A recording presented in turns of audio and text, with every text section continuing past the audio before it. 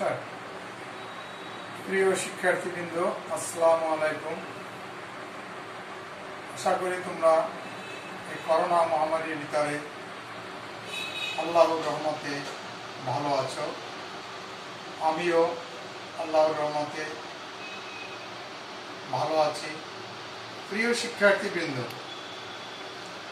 Corona মহামারীতে আমাদের বিদ্যালয় ক্লাসগুলি বন্ধ রয়েছে।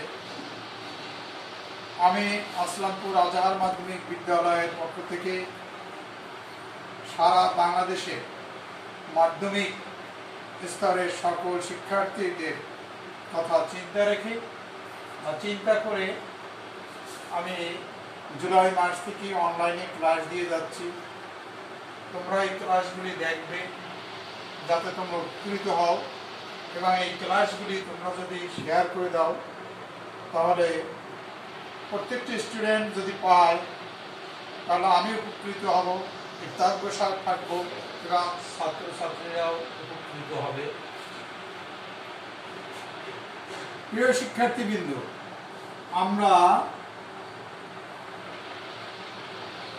ক্লাসগুলি যথাযথভাবেই করব।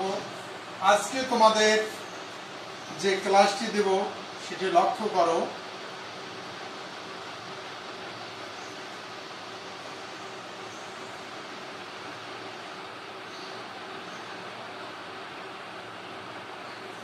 এসো তাহলে আমরা কয়েকটি সংখ্যার সাথে পরিচিতি হয়ে দেখি এরা কিভাবে সেজেছে। তোমরা এখানে দেখতে পাচ্ছ 1 2 3 4 n। আরেকটি সিরিজ আমি এখানে লিখেছি 2 4 8 2n। তাহলে এটা দ্বারা আমরা কি বুঝতে পারি? এখানে সংখ্যাগুলো কোন কোন নিয়মে মেনে লেখা হয়েছে এখানে এই সিরিজ দুটির দিকে যদি আমরা লক্ষ্য করি তাহলে কি দেখতে পাই? এটা ক্রম অনুসারে সাজানো হয়েছে। এবং 2 নম্বর সিরিজটি তোমরা দেখতে পাচ্ছ 2 4 8 2n। এখানে একটা নিয়ম মেনে এটা লেখা হয়েছে এবং সংখ্যাটি n তার দ্বিগুণ সংখ্যা 2n এর সাথে সম্পর্কিত, তাই এটি হলো একটি অনুক্রম।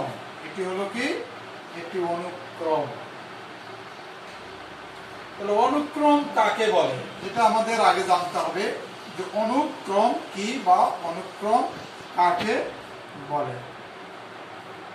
দেখো বন্ধুরা, অনুক্রম কতগুলো সংখ্যা বা রাশি একটা বিশেষ নিয়মে ক্রমান্বয়ে এমনভাবে সাজানো হয় যে প্রত্যেক রাশি তার পূর্বের পদ এবং পরের পদের সাথে কিভাবে সম্পর্কিত তা জানা যায়। এভাবে সাজানো রাশিগুলোর সেটকে আমরা অনুক্রম বলতে পারি। তাহলে তোমরা অনুক্রম কাকে বলে এখান থেকে এই সংজ্ঞাটা শিখে নেবা। এরপরে ধারা কি? ধারা কোন অনুক্রমের পদগুলোকে পরপর প্লাস চিহ্ন দ্বারা যুক্ত করলে একটি সিরিজ পাওয়া যায়। কি ধারা বলে? যেমন দেখো এখানে লেখা হয়েছে 1 3 5 7, এবং এখানে আমি আরেকটা সিরিজ লিখেছি 2 4 8 16 প্লাস এই ধারাকে আবার আমরা দুইটি ভাগে ভাগ করতে পারি। একটা হলো সসীম ধারা, আর একটা হলো অসীম ধারা। তার ভিতরে আবার দেখো সমান্তর ধারা, গুণোত্তর ধারা, সমান্তর ধারা এবং গুণোত্তর ধারা। আজ আমরা সমান্তর ধারা নিয়েই আলোচনা করব। তাহলে আমাদের নবম দশম শ্রেণীর যে 13.1 অনুশীলনীটা রয়েছে সেখানে আমরা সমান্তর ধারা এবং গুণোত্তর ধারা নামে দুটি ধারা রয়েছে। আজকে আমরা সমান্তর ধারা নিয়ে আলোচনা করব, পরবর্তী ক্লাসে গুণোত্তর ধারা নিয়ে আলোচনা করব। তাহলে সমান্তর ধারা কাকে বলে সেটা আমাদের জানতে হবে। কোন ধারার যে কোনো পদ ও তার পূর্ববর্তী পদের পার্থক্য সব সময় সমান হলে তাকে সমান্তর ধারা বলে। পূর্বপদী পদ থেকে পূর্ববর্তী পদ এবং পরবর্তী পদের যে পার্থক্যটা তা যেন সবসময় সমান হয়। দেখো আমি এখানে একটা সিরিজ লিখলাম বা ধারা লিখলাম 1 3 5 7 9 11। এখানে যদি আমরা 3 থেকে 1 বাদ দেই তাহলে আমরা 2 পাই, 5 থেকে 3 বাদ দিলে 2, 9 থেকে 7 বাদ দিলে 2, 11 থেকে 9 বাদ দিলে 2। তাহলে প্রত্যেকটি পদের পার্থক্য একটি সাধারণ পদ পাই যা 2। লক্ষ্য করি এখানে আমি তোমাদের ব্যাখ্যা করে দেখিয়ে দিয়েছি। দেখো আমরা 3 - 1 = 2, 5 - 3 = 2, 7 - 5 = 2, 9 - 7 = 2। প্রত্যেকটি পদের পার্থক্য 2 পাওয়া গেল। এবার এসো বন্ধুরা, এবার সমান্তর ধারার পদ সম্পর্কে জেনে নেওয়া যাক। প্রথম পদকে আমরা এই সমান্তর ধারার প্রথম পদকে এ দ্বারা প্রকাশ করা, সাধারণ অন্তরকে ডি দ্বারা প্রকাশ করা হয়। এখন দেখো সংজ্ঞামতে প্রথম পদ এখানে আমার এ, দ্বিতীয় পদ a প্লাস ডি কিভাবে হয়েছে দেখো, অর্থাৎ এখানে a plus n minus 1 into D. তাহলে n এর মান যখন অন হবে তখন প্রথম পদ হবে a, n এর মান 2 হলে প্রথম পদ হবে a প্লাস ডি, n এর মান 2 হলে প্রথম পদ হবে কত a plus 3 minus 1 into D. তাহলে a প্লাস 2d হয়ে যাবে। এভাবে ডট ডট n তম পদ যখন তুমি নির্ণয় করবে তখন লিখবা যে a প্লাস আস ব্র্যাকেটের ভিতর লিখবা n মাইনাস 1 ইনটু d। এভাবে বসিয়ে আমরা এই পদগুলি নির্ণয় করতে পারি। এই যে প্রথম পদ কিভাবে নির্ণয় করেছি দেখো, এখানে a plus 1 minus 1 into d, a plus 0 into d, a plus 0 equal to a। আবার a plus 2 minus 1 into d, a তার 2 থেকে 1 গেলে থাকে 1, তাহলে a plus 1 into d, d অক্ষে d, তাহলে a plus d, ad, a plus d আমার দ্বিতীয় পদ। এভাবে n এর মান বসিয়ে তোমরা প্রত্যেকটি পদই নির্ণয় করতে পারবে। এসো বন্ধুরা, এখন আমরা একটি উদাহরণের মাধ্যমে পদ সংখ্যা নির্ণয় করব। এখানে একটি উদাহরণ দেওয়া হয়েছে তোমাদের বই ভিতরে, এটা আছে 5 plus 8 plus 11 plus 14 plus dot dot dot. ধারাটির কোন পদ 383। তাহলে আমরা এটা একটা অজানা পদ, এটা আমাদের ধরে নিতে হবে। তাহলে এখানে আমার প্রথম পদ a ইকুয়াল টু 5, সাধারণ অন্তর d equal to 5 minus 8 minus 5 equal to 3। মনে করি ধারাটির n তম পদ 383। আমরা জানি n তম পদের সূত্র a plus n minus 1 into D. এখন প্রশ্ন মতে দেখো এখানে আমরা বলা হয়েছে ধারাটির কোন পদ 383 প্রশ্ন মতে। তাহলে আমরা এইটা, এই পদটাই হচ্ছে এইটা, তাহলে এখানে বসিয়ে দাও। তাহলে a plus n minus 1 into d equal to n তম পদ। n তম পদ আমরা 383। এখন দেখো 5 এর মান 5, n এর মান নাই, 1 minus n minus 1 into 3 equal to 383। তাহলে 5 এটা 3 দিয়ে গুণ করো, 3n মাইনাস 3। এর 5 থেকে 3 গেলে কত থাকে দেখো, 2 প্লাস 3n ইকুয়াল টু 383। এরপরে কত হয় 3n, আর এই 2 তো পাশে চলে যাবে। তাহলে আমাদের কত হয় 3n equal to 381 3 দ্বারা এখন n 3 দ্বারা ভাগ দিলে কত হয় n equal to 127 অতএব 383 হলো 127 তম পদ তাহলে আমরা পদ নির্ণয় করতে পারলাম এভাবে আমরা গাণিতিক সমস্যার সমাধান দেব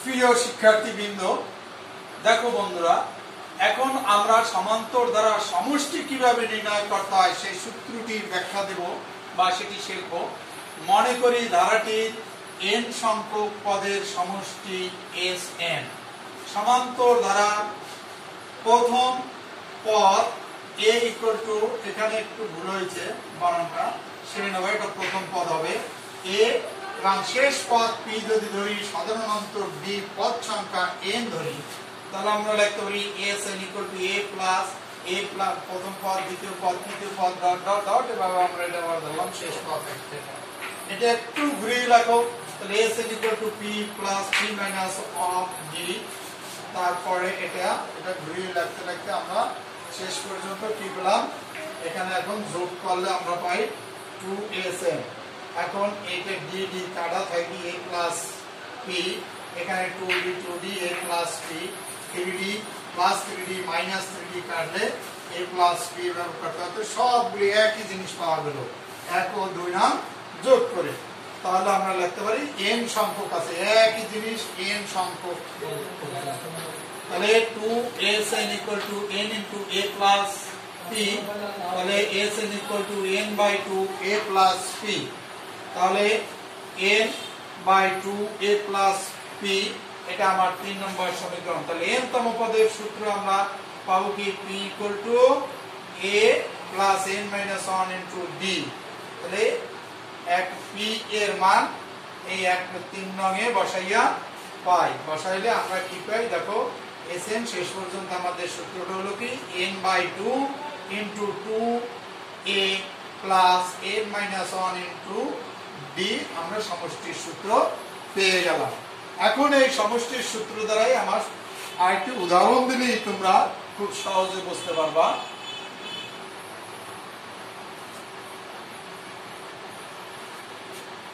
দেখো বন্ধুরা এখন আমরা ধারাটির সমষ্টি নির্ণয় করি কি বলা হয়েছে 5 plus 8 plus 11 plus 14 plus dot dot ধারাটির 20টি পদের সমষ্টি তোমার কাছে চাওয়া হয়েছে এখন সাধারণ প্রথম পদ তোমার a equal to 5 সাধারণ অন্তর 8 minus 5 equal to 3 পদ সংখ্যা n equal to 20 এখন আমার সমষ্টির সূত্র আমরা জানি Sn equal to n by 2 into 2a plus n minus 1 into d এখন মান বসাই দাও n এর মান b 20 এর মান 5 n এর মান 20 minus 1 এখন এটা বসাই দিলে আমরা কি পাই 10 into কারো 10 2 গুণে 20 তাহলে 2 দিয়ে 20 ভাগ দিলে 10 হয় into এখানে 10 plus 20 থেকে 1 গেলে 19 into 3 তাহলে আমার হলো 10 plus 19 into 3 57 তাহলে এটা যোগ করলে 67 10 into 67 তাহলে 670 অতএব 20টি পদের সমষ্টি আমরা খুব সহজেই নির্ণয় করতে পারলাম আশা করি তোমরা এখন সমষ্টি খুব সহজে নির্ণয় করতে পারবে এখন বন্ধুরা আমরা চলো এখন আমরা পদ সংখ্যা নির্ণয়ের সমস্যার সমাধান করব কিভাবে কোন সংখ্যা পদ সংখ্যা নির্ণয় করা হয় এখানে একটি সমস্যা দেওয়া আছে দেখো কোন সমান্তর ধারার n তম পদ n এবং n তম পদ n হলে ধারাটির n plus n তম পদ কত ধারাটির প্রথম পদ আমার জানা আছে a সাধারণ অন্তর অনুপাত সাধারণ অন্তর এখানে একটু ভুল হয়েছে এটা অন্তর হবে সাধারণ অন্তরকে আমরা d দ্বারা সূচিত করি এটা সেরে নেব এখানে অনুপাতের দ্বারা অন্তর হবে এখানে অন্তর হবে প্রথম শর্তে n তম পদ a plus n minus 1 into d equal to n এবার দ্বিতীয় শর্ত, তাহলে এটা হলো আমার দ্বিতীয় শর্ত হলো a plus n minus 1 into d equal to n। তাহলে a প্লাস n d গুণ করো minus d equal to n, 1 এবং 2 নম্বর আমরা সমীকরণ পেয়েছি।